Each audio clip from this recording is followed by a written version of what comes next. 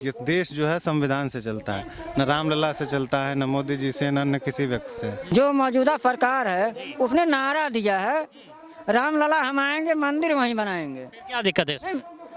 मतलब वहाँ भगवान राम की जन्मभूमि है तो मंदिर वहीं बनेगा, भगवान राम वहीं रहेंगे तो हमारी भी है जन्मभूमि, हम भी यहीं रहेंगे, सीधी बात है बस। और वो कह रहे हैं कि घुटने तोड़ देंगे, गोली मार दो या फिर ऊपर पहुंचा दो, मतलब ये क्यों हुआ?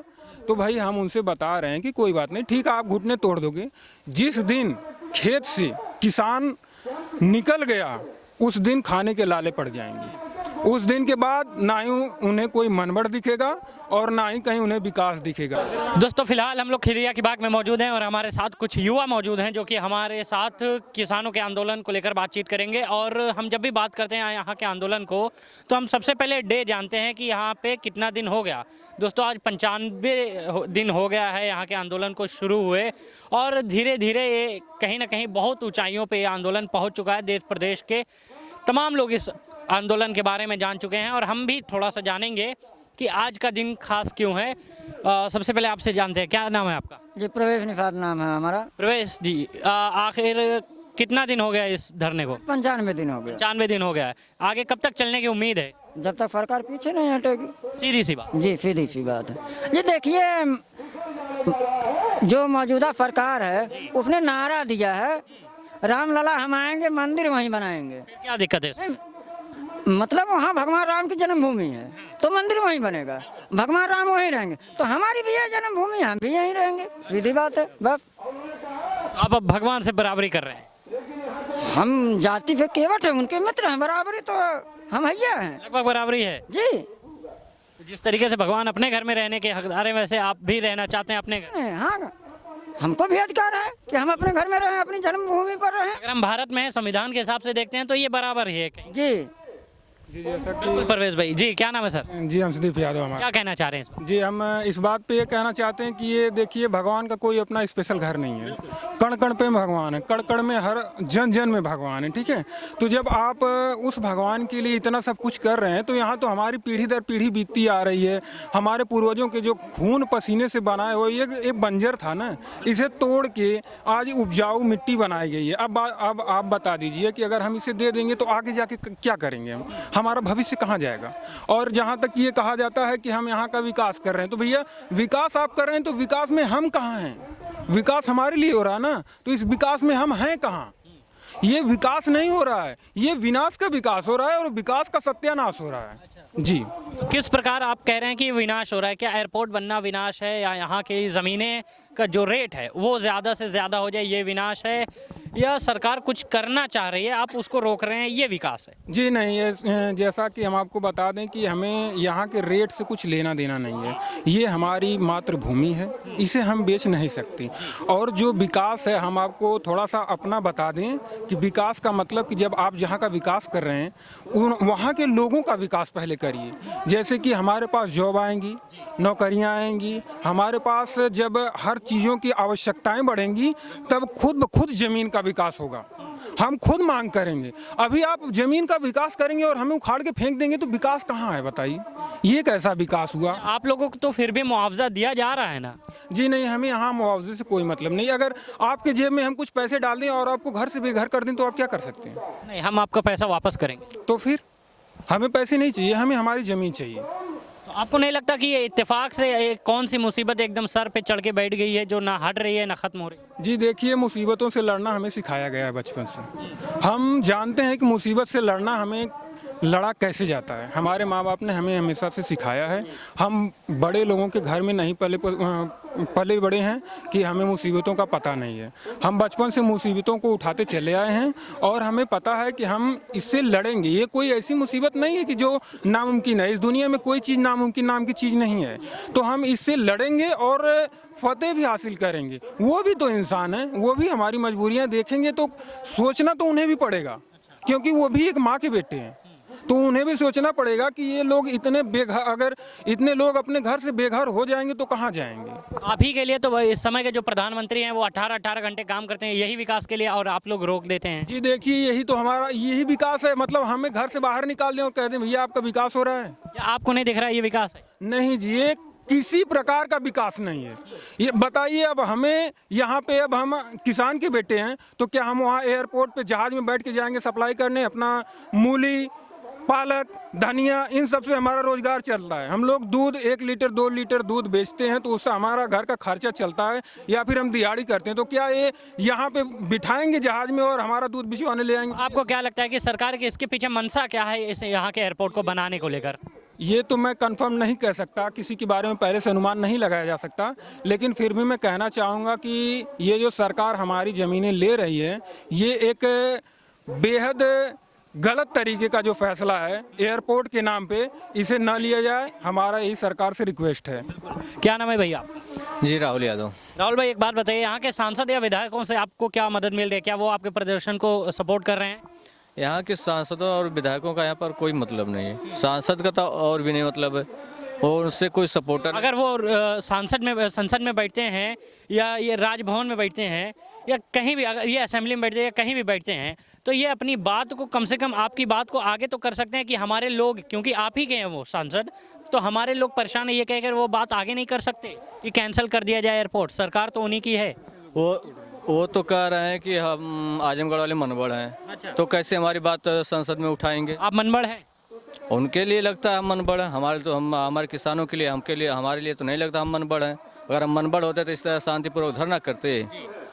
बिल्कुल सही बात। शांतिपूर्वक धरना नहीं। आप मनबड़ हैं, आजमगढ़ के रहने वाले हम हैं, या तो परवेज भाई, या तमाम लोग जो हैं। मन बढ़ाई की बात हुई है, हम आपको इसके बारे में थोड़ा सा बता दें कि हमारे सांसद महोदय जो बोले हैं ठीक बोले हैं, लेकिन कहीं ना कहीं उनको चूक हो गया है कि वो पहचानने में गलती कर बैठे हैं। यहाँ के मनबड़ बताइए, आप खुद बता सकते हैं कि जो प्रशासन रात में आके सर्वे कर रही है, हमारे बुजुर्ग पिता समान तुल्य चाचा जी पर लाठियाँ बरसाई, हमारी छोटी सी एक बहन है, उसे उठा के गाड़ी में ले जा रहे थे बंद करने के लिए। तो ये बताइए कि सांसद महोदय को क्या ये नहीं दिखा कि वो लाचार पब्लिक मनबड़ है या फिर यहाँ की प्रशासन मनबड़ है? कहीं ना कहीं उनसे यह चूक हुई है कि पहचाना कैसे जाता है जी। और वो कह रहे हैं कि घुटने तोड़ देंगे, गोली मार दो या फिर ऊपर पहुंचा दो, मतलब ये क्यों हुआ? तो भाई हम उनसे बता रहे हैं कि कोई बात नहीं, ठीक है, आप घुटने तोड़ दोगे, जिस दिन खेत से किसान निकल गया उस दिन खाने के लाले पड़ जाएंगे। उस दिन के बाद ना ही उन्हें कोई मनबड़ दिखेगा और ना ही कहीं उन्हें विकास दिखेगा। ये किसानों का देश है, किसान ही यहाँ की प्रमुख, वो कृषि प्रधान देश है, कृषि से ही ये देश चलता है। और जो कि मनबड़ई का ये जो बात है, उनसे वो चूक हुई है, लेकिन वो बोले ठीक है, वो जो मनबड़ यहाँ के लोग नहीं, यहाँ की प्रशासनिक व्यवस्थाएं हैं जी। राहुल भाई, मैं 2 मिनट में लौटता हूँ। वे क्या नाम है आपका? मेरा नाम निशांत है। निशांत जी, कहाँ के रहने वाले हैं आप? हम बलिया के रहने वाले हैं। बलिया के रहने वाले हैं। तो आजमगढ़ में आपका क्या दिख रहा है कि ये प्रदर्शन जो है वो आप पहले तो ये बताएं कि आप बलिया से यहाँ कर क्या रहे हैं, मतलब किस उद्देश्य से यहाँ पे हैं? सभी लोगों के समर्थन में। अच्छा, ये इसके समर्थन में? बिल्कुल बिल्कुल बिल्कुल। तो आप क्या लग रहा है कि यहाँ की जो प्रशासन बता रही है यहाँ के लोगों को मनबड़, आपको क्या लग रहा है कि जिनके बीच में आप हैं ये वाकई मनबड़ हैं?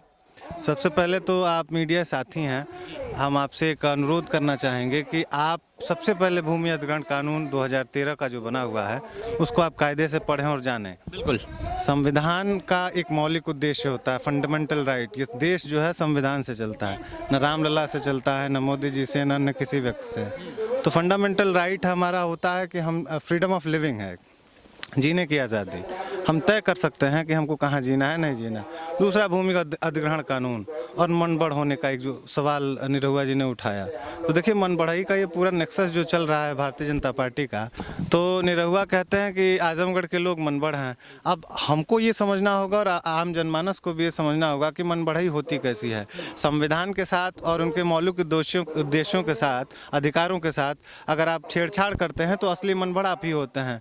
यहाँ के लोगों को आमतौर पर नियम शुरुआती चरण यही होता है कि आप हर हालत में राजपत्रित करें, गैजेट करें। हम कह देते हैं कि भाई अगर आप मनबड़ नहीं हैं, संवैधानिक हैं, विधिक रूप से आप ठीक हैं, तो बताइए, दिखाइए कहाँ गैजेट है आपका, कहीं नहीं दिखता है।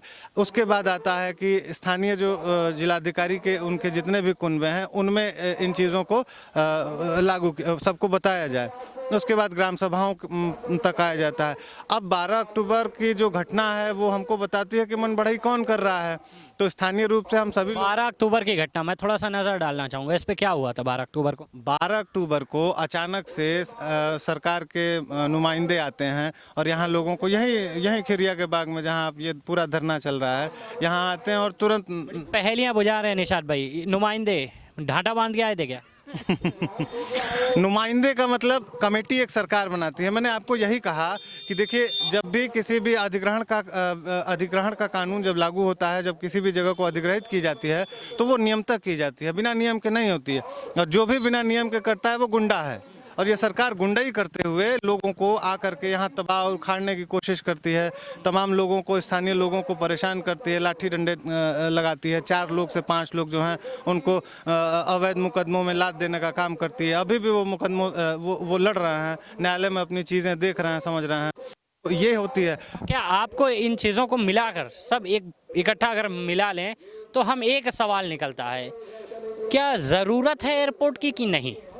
मेरा सीधा अगर हमसे पूछेंगे, एयरपोर्ट की ज़रूरत हो सकती है, लेकिन वो किसी नियम के थ्रू होती है। देखिए, सहमति का सबसे बड़ा मामला है। 70 से 80% लोगों की सहमति है। और स्थानीय लोगों से आप बात करते हुए ये समझ पा रहे हैं कि एक भी व्यक्ति एयरपोर्ट के पक्ष में नहीं है। अपनी जब ज़मीन नहीं देगा तो आप बताइए, हवा में एयरपोर्ट तो बनेगा नहीं। लेकिन इसी ज़िले के काफ़ी ऐसे लोग हैं जो सहमत हैं बनने के लिए, कह रहे हैं कि एयरपोर्ट बन जाएगा तो हमें बाहर जाने या कहीं भी ट्रैवल करने में बड़ी सुविधा हो जाएगी। मेरा उनको एक छोटा सा संदेश है कि अगर वो बहुत हवाई जहाज़ से उड़ने की इच्छा रखते हैं तो सबसे पहले, ऑलरेडी यहाँ मंदुरी में आजमगढ़ हवाई अड्डा बना हुआ है।